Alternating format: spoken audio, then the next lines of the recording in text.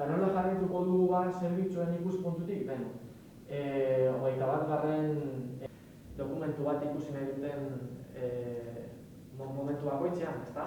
Biltzen direnean, beste batzuen bakarkan parte batzuk, orduan guzti hori digitalizazioan lan egiten dute pilo bat, eta diasporaren artxiboan esparrua badaukagu, baina benetan digitalizazioa garrantzitsua.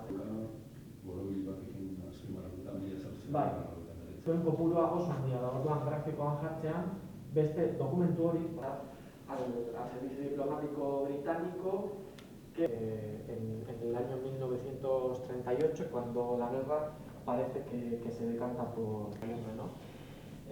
La primera está dedicada a Cádiz, España y Cataluña, y posiblemente, según él dice, Galicia. Hemen kokatzen ditugu dokumentuak, bibliografia, orain jarraitzen du, batez ere dokumentuekin. Zer dago, dokumentu bakoitzeko Bai, batxara? bektu.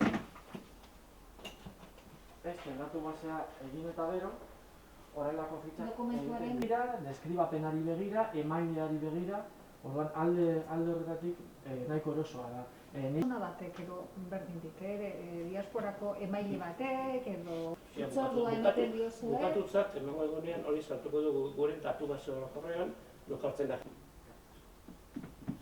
Alderdik hau artxibo zaila da, ez da?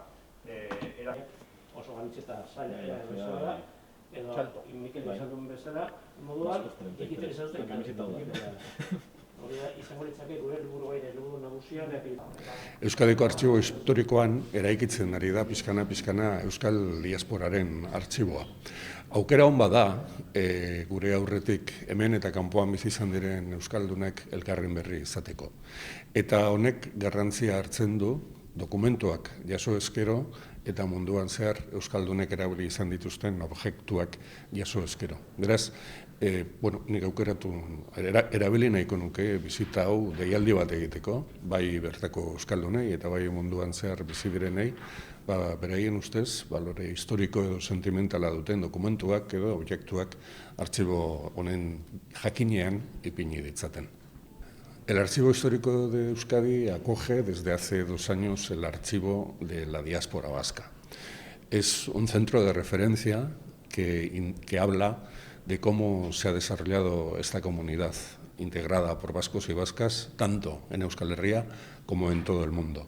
Es una sede que tiene como objetivo y ambición reunir documentos y objetos que la comunidad vasca ha ido generando a lo largo de los años.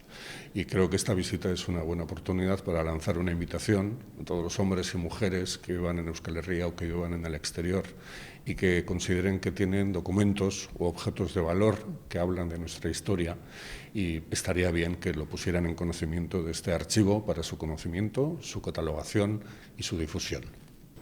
Diasporaren artxiboan gaude eta hau proiektu berria da, duela 2 urte hasi zen proiektua, pose gaude egindako bidearekin eta oso eskertuta ere bai, izan ere doaitza desente jaso dugu orain arte.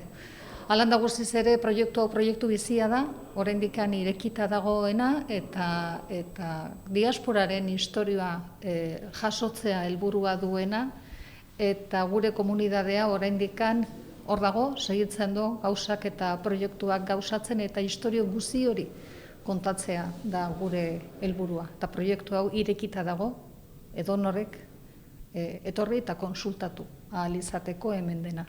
Estamos en el archivo de la diáspora.